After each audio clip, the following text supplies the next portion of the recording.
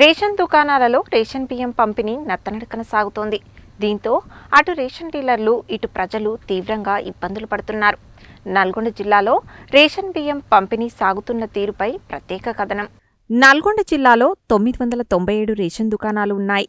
మొత్తం 4,66,522 రేషన్ కార్డులు ఉండగా ఇందులో 13,85,506 మంది లబ్ధిదారులు ఉన్నారు. వీరికి ప్రతి నెల 8,878 మెట్రిక్ టన్నుల బియ్యాన్ని సరఫరా చేస్తున్నారు. అయితే వర్షాకాలాన్ని దృష్టిలో ఉంచుకొని మారుమూల ప్రాంతాలలో రేషన్ బియ్యం తీసుకోవడంలో ప్రజలకు ఇబ్బందులు ఎదురవుతాయనే ఉద్దేశంతో కేంద్ర ప్రభుత్వం 3 నెలల రేషన్ బియ్యాన్ని ఒకేసారి ఇవ్వాలని ఆదేశించడంతో జూన్, జూలై, ఆగస్టు నెలలకు సంబంధించిన రేషన్ బియ్యాన్ని జూన్ నెలలోనే అందజేస్తున్నారు.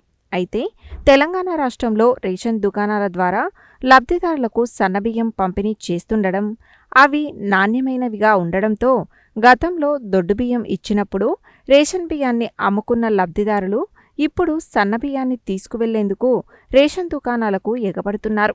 దీంతో రేషన్ దుకాణాల వద్ద రద్దీ బాగా పెరిగింది. అంతేకాకుండా గతంలో ఏ నెల బియ్యం ఆ నెల ఇవ్వడంతో ఒకేసారి బయోమెట్రిక్ తీసుకునేవారు. ఇప్పుడు 3 నెలల బియ్యం ఒకేసారి ఇస్తుండడంతో ఒక్కో రేషన్ కార్డుదారుడు 6 సార్లు బయోమెట్రిక్ వేయాల్సిన పరిస్థితి ఏర్పడింది. కేంద్రం ఇచ్చే 5 కిలోలకు ఒకసారి, రాష్ట్రం ఇచ్చే కిలో బియ్యానికి ఒకసారి బయోమెట్రిక్ తీసుకుంటున్నారు. ఈ-పాస్ యంత్రాలపై అవగాహన ఉన్న డీలర్లు 3 సార్లు బయోమెట్రిక్ వేయించి బియ్యం ఇస్తుండగా, వాటిపై అంతగా అవగాహన లేని డీలర్లు 6 సార్లు బయోమెట్రిక్ తీసుకోవాల్సి వస్తుంది. దీంతో రేషన్ బియ్యం పంపిణీ నత్తనడకన సాగుతోంది. అదే సమయంలో జూన్ నెల నుండి ఈ-పాస్ యంత్రాలలో కొత్త సాఫ్ట్వేర్ను ఉపయోగిస్తూ ఉండడం, ఇదే నెలలో 3 నెలలకు సంబంధించిన రేషన్ బియ్యాన్ని ఒకేసారి ఇస్తుండడంతో రేషన్ డీలర్లు గందరగోళానికి గురవుతుండడంతో బియ్యం పంపిణీ నెమ్మదిగా సాగుతోంది. దీంతో లబ్ధిదారులు గంటల తరబడి రేషన్ దుకాణాల వద్ద వేచి ఉండాల్సి వస్తోంది. సగటున ఒక్కో కార్డుదారునికి రేషన్ బియ్యం అందజేయడానికి 15 నిమిషాల సమయం పడుతుందని రేషన్ డీలర్లు చెబుతున్నారు.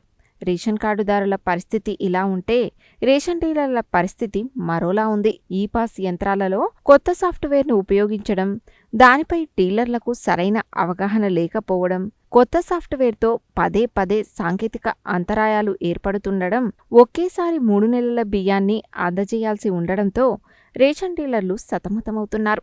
ఒకవైపు ఈ-పాస్ యంత్రంలో సాంకేతిక సమస్యలు, మరోవైపు జనాల రద్దీని తట్టుకోలేక కొందరు డీలర్లు చిరాకు పడుతున్నారు.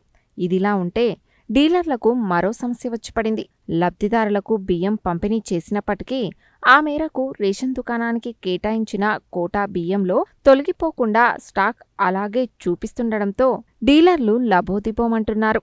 బియ్యం పంపిణీ చేసినప్పటికీ ఆ మేరకు నిల్వలలో తరుగుదల కనిపించకపోవడంతో ఎవరైనా తనిఖీలకు వస్తే స్టాక్ నిల్వలలో తేడాలను గమనించి కేసులు పెడితే తమ పరిస్థితి ఏమిటని ప్రశ్నిస్తున్నారు.